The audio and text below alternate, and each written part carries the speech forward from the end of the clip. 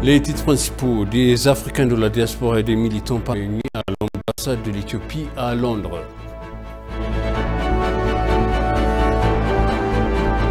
Les Éthiopiens vivant à Washington DC, dans le Maryland et Virginie, participent à la campagne #NoMore.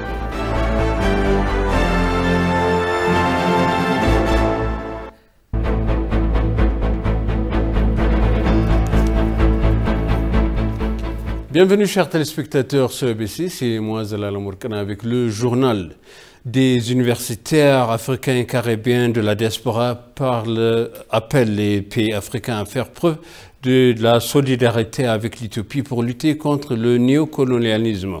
En tant que nation forte et ancienne, l'Éthiopie est capable de résoudre son problème, ont-ils déclaré, ajoutant que le soutien aux côtés de l'Éthiopie signifie cette fois annuler les mauvaises intentions de l'Occident de parier sur l'Afrique. Des Africains de la diaspora et des militants panafricains se sont réunis à l'ambassade d'Éthiopie à Londres pour discuter de l'histoire et du patrimoine mondial des Noirs. Des participants passionnés appellent les Africains de tous les coins du monde à soutenir la lutte de l'Éthiopie pour dire non au néocolonialisme. L'intimidation et de la condamnation que le peuple et le gouvernement éthiopien subissent actuellement de la part des puissances occidentales provient de leur crainte de la nation d'Afrique de l'Est puisse donner de l'exemple pour le continent en achevant un énorme méga barrage hydroélectrique éthiopien, ont-ils déclaré. Diviser l'Afrique et de créer des divisions entre les peuples a toujours été leur approche colonialiste depuis qu'ils sont intervenus sur le continent. Ainsi, les Africains devraient s'opposer à l'exploitation systématique, ont souligné les militants. Le mouvement #NoMore lancé par les Éthiopiens il y a quelques semaines prend de l'ampleur et incite les Africains et les amis de l'Afrique à dire non à l'exploitation subtile.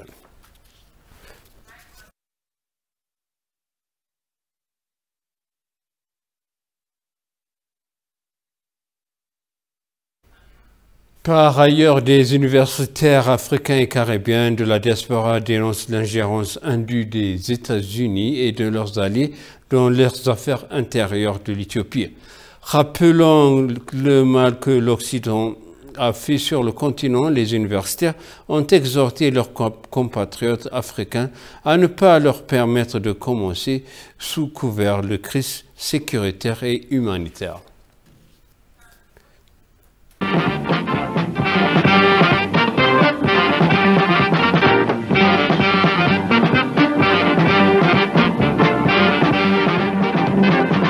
አባቶቻችን የተረከብንሽ እናት ሀገራችን የምንወድሽ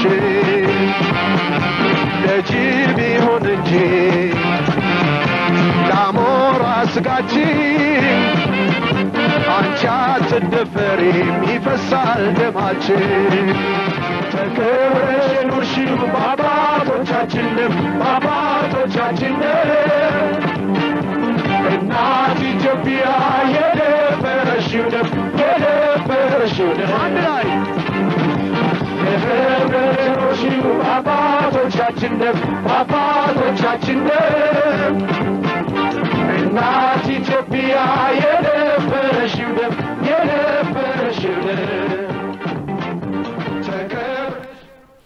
Les Éthiopiens vivant à Washington DC, dans le Maryland et Virginie, participent à la campagne #NoMore.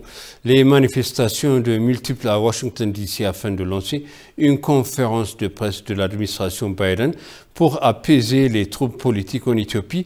Les manifestants ont reçu les messages faisant appel à l'administration Biden et à corriger sa politique mal avisée envers l'Éthiopie et l'Érythrée et à mettre fin à ses ingérences. Les manifestants condamnent l'attaque terroriste contre l'Éthiopie et manifestent leur solidarité avec l'Éthiopie. Des représentants des descendants de la diaspora et des organisations de la société civile, les Afro-Américains et les Éthiopiens ont participé à la conférence lors d'un rassemblement.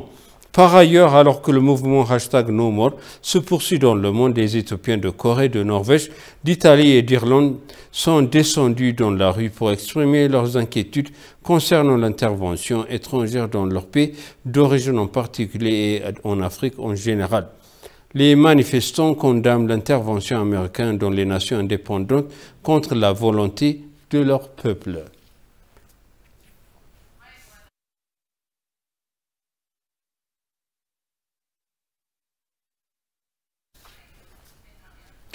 Le gouvernement éthiopien actuel et d'autres forces étrangères, y compris des éléments au sein des agences des Nations Unies et des rebelles du TPLF, tentent de renverser le gouvernement démocratiquement élu d'Éthiopie. Les remarques sont faites par un écrivain indépendant, Granam Pieble, dans son récent article qui expose le complot derrière la guerre du junte TPLF. La situation à Addis Abeba reste calme. Certaines organisations internationales basées dans la capitale ainsi que quelques ambassades étrangères ont lancé des alertes sur la base de fausses nouvelles. Les Nations Unies continuent d'opérer en Éthiopie en collaboration avec le gouvernement fédéral et étatique à temps à relever. Le personnel de l'ONU est en service, a déclaré Catherine Zosozi, coordinatrice humanitaire de l'ONU. Pendant ce temps, sans honte de leur complot visant à renverser le gouvernement éthiopien démocratiquement élu, certaines organisations internationales ont fourni une sorte de situation de sortie de secours simulée comme si Addis Abeba devait tomber. Une fuite vidéo tournée à Addis Abeba a montré le personnel d'une de ces organisations entreprendre une situation d'urgence simulée.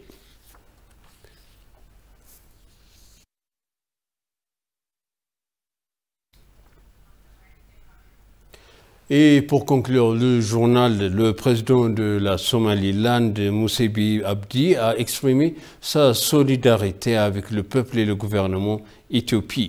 La ministre de Transport Dagmawit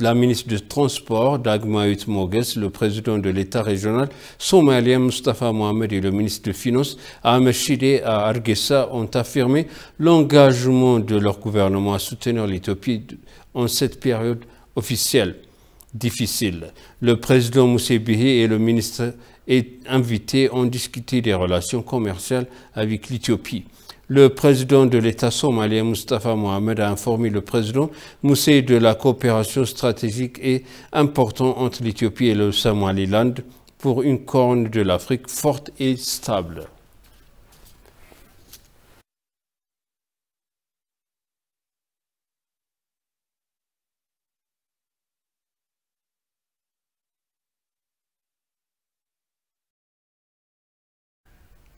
Et maintenant, je vous répète les titres principaux. Des Africains de la diaspora et des militants panafricains se sont réunis à l'ambassade d'Éthiopie à Londres.